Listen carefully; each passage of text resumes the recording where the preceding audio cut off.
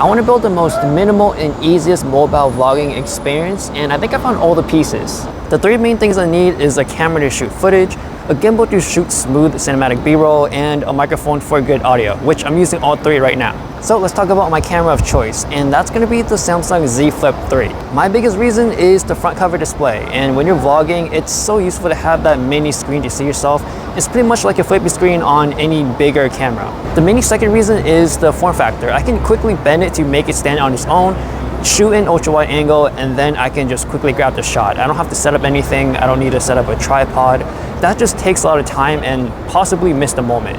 So having a screen to see yourself using the back camera for higher quality, also being able to set up your shots very quickly, is something a lot of phones can't do.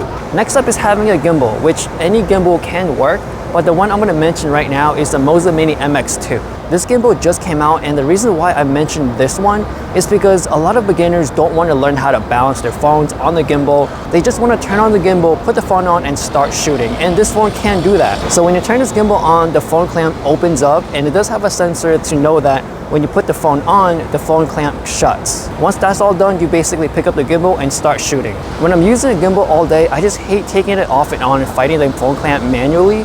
With this one, once I turn it off, the phone clamp opens up and I can just take the phone out.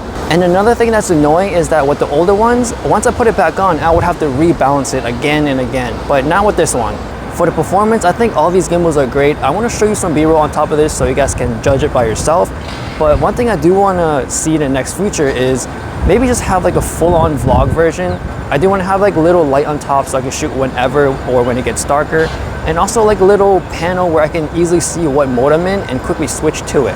And the last thing is audio, which I have here is the wireless lav from Comica called the VD Live 10. This is an all-in-one microphone kit where I can just have everything in one spot. The case itself is a charging case, so I can make sure that every time when I'm pulling it out and using it, it's always charged and ready to go.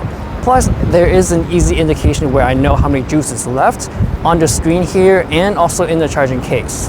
There is another microphone in this kit, so if you're vlogging with another person that day, or if you're doing like an interview style little like video, then you can easily do that without passing one microphone back and forth. And the biggest reason why I picked this microphone over the popular Rode Wireless Go is because how compact and clean this is. With the Wireless Go, I would have to use an adapter and a cable, and that part will dangle off the USB-C port, which is very complicated to use with a gimbal. With this Comica Lav, I don't have to worry about that. It sticks at the end of the phone, so everything here is super clean and minimal, and that's the reason why I like this whole setup.